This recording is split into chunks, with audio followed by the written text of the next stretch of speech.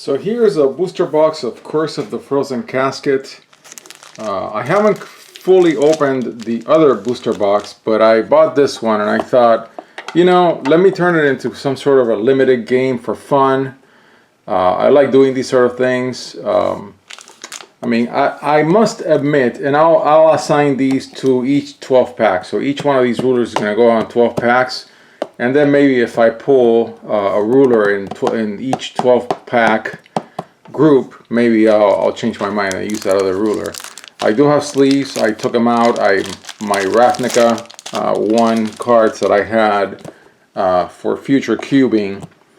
I'm gonna do that project at some other point in time.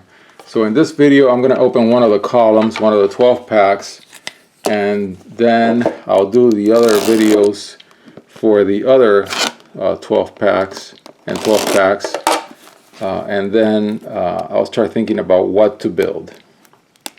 Now, I must admit that I'm looking forward, if possible, to cracking a 0 out of a Curse of the Frozen Casket pack.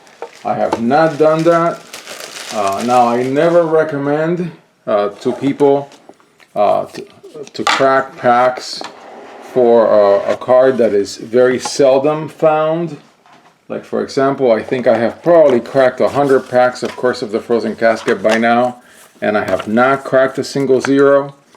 Even though in the case, beautiful book, we've seen it before when I opened the other box.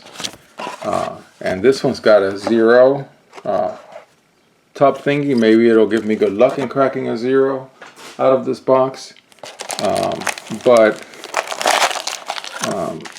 You know, I never recommend for somebody to do this, but it's only wrong when other people do it. So let's crack these 12 packs and then put them all in one group, and I'm going to just assign it to one of these rulers. And then if there's no ruler in here, then that will be the ruler that I'll do a build.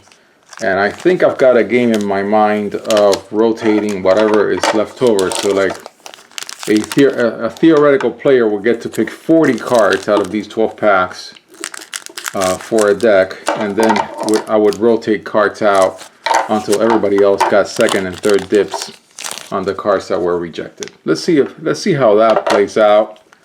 It could be fun. I think it should be. I mean, I picked these rulers for a reason. Scheherazade is good, just generic, very generic. A good tutor. Lumia from TAT is also very good. Some very interesting mistranslation, but it still works. And then, of course, Grimm is, you know, his own cube. All right, let's get going. So this is the first column of 12 packs. I already have a lot, of course, of the Frozen Casket. I don't want to start bulking up just by cracking a lot of packs of a specific set, even though this set has everything that I want in a Force of Will set to crack at very large volume. It's got the 10 dual stones, which I really like. I believe this set is almost like the revised of Force of Will.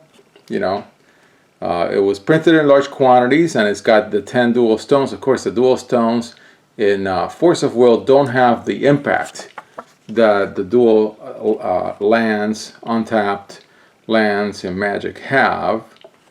But I think it's a very clever imitation that I like.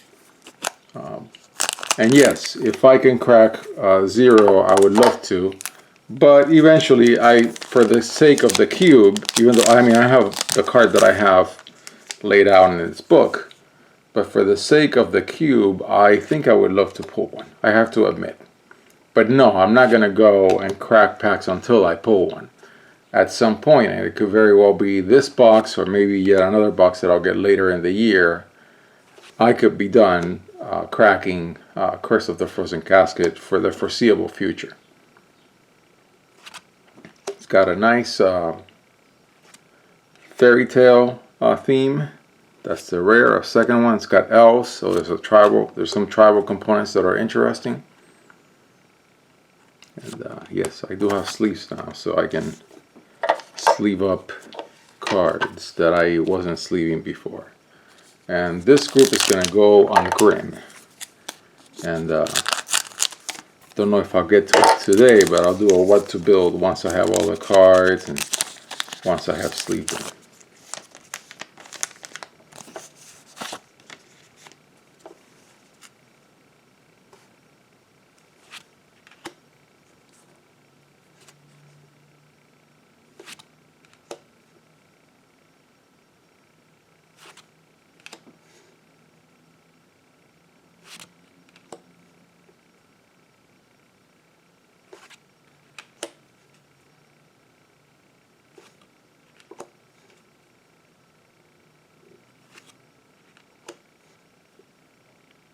Going a little faster, but maybe not that fast. Maybe I shouldn't go that fast. I should take my time. That's a foil. And I do have scissors today, which is wonderful.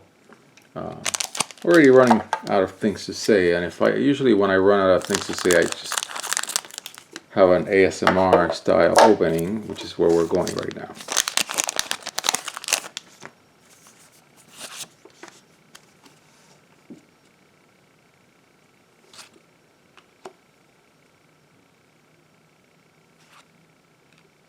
People are going for Flesh and Blood crazy out there, and I took a look at it when it came out. Thought, you know, it looks interesting.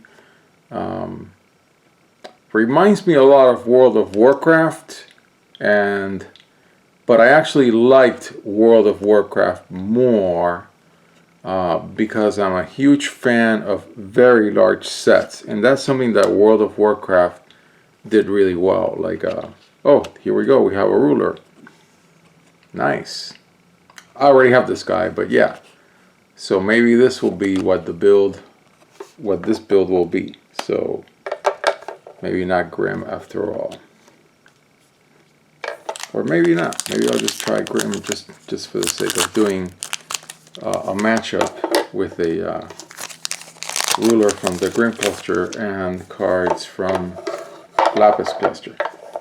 But yeah, man, they're out there. They are out there going crazy about Flesh and Blood, paying really crazy prices for the early boxes of first edition boxes. And hey, you know, good luck to Flesh and Blood. I mean, somebody was even saying, well, maybe great hit, Flesh and Blood will replace Yu-Gi-Oh in the top 3.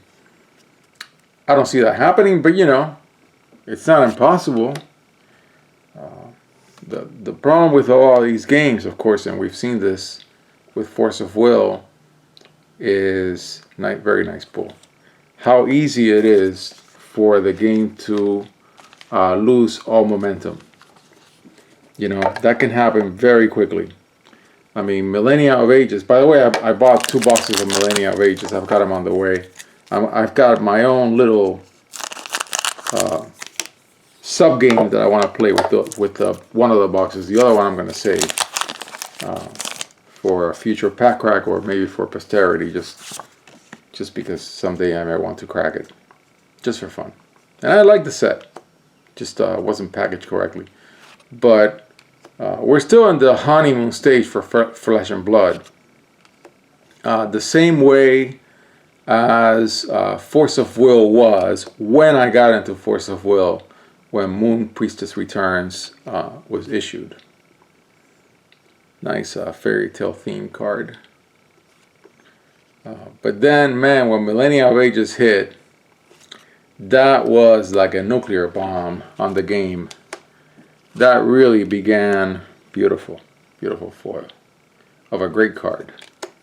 That really began the decline from which the game, I believe, is still trying to recover, and I don't believe it definitely has not fully recovered, but the recent sets have sold out.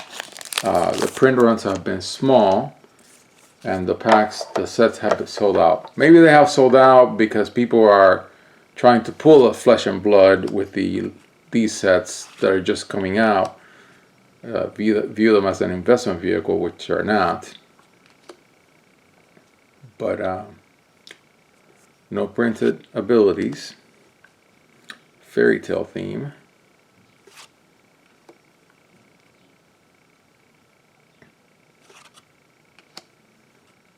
I think I may stick to the plan of using the rulers that I set out for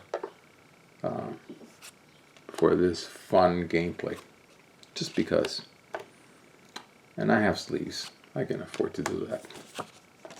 Yeah, I don't want to get to the point where I'm just cracking Curse of the Frozen Casket packs to crack a 0. That's dumb. Maybe I won't pull one, and maybe I won't have one in this cube, and that will be it. But yeah, you know, maybe that will be it. But this particular block of 12 already did get a ruler, which means, of course, the likelihood of pulling a second ruler is 0. Close to 0. Want to build a Thulu deck at some point.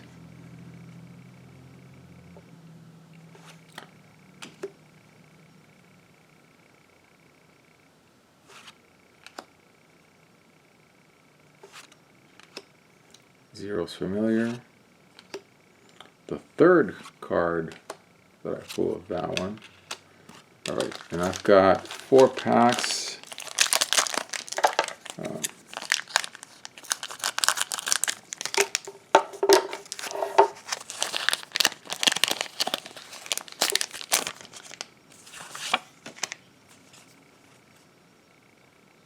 And not much else to say. But yeah, you know, Flesh and Blood is popular. I mean, it came out at a time when nobody played it. So it's kind of interesting and in some ways weird. I mean, at least with Force of Will when it came out, when it was still in the honeymoon stage, people played it. There were, you know, physical tournaments. I used to watch them on YouTube. Maybe there are tournaments for Flesh and Blood. Maybe I should look that up just out of curiosity. Cool. Alright, 3 more packs.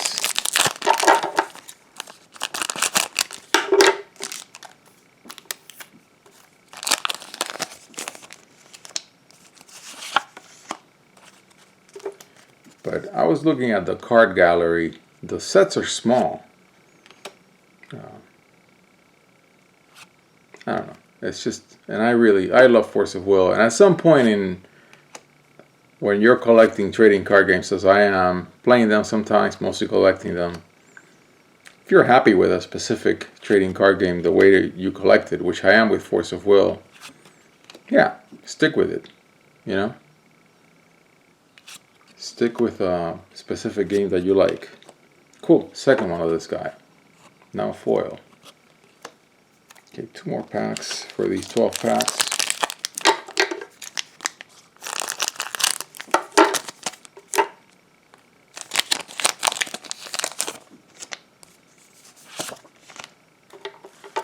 Man, I'm getting all these will points that I'm never going to use. I think this playlist is about to hit close to 200 packs.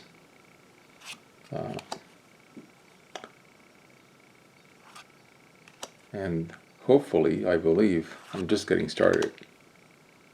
I think I can say that, but let it not be famous last words.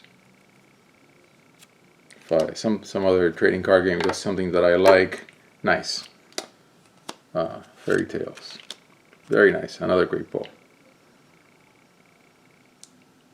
For the Force deck. Of course, dice rolling. I don't think it's the greatest thing in a game, but yeah. Still looking forward to building lots and lots of decks out of these cards and keep them built. I just wonder how many Rulers Memorias I can buy or pull. So this is the last pack.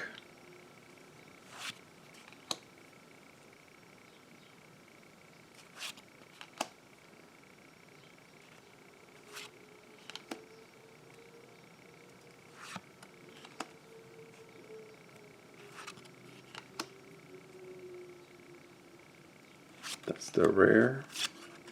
Nice. a Melfi. Alright, so let's do a quick highlight because with 12 packs we're almost running out of time. Now, interestingly, not a single dual stone. Very interesting. Yeah, I find that interesting because I've had columns where I cracked like 4 or 5 dual stones. It's a very nice selection, especially a Cheshire Cat, this guy, yeah, another BOP, yeah, some good pulls, very nice.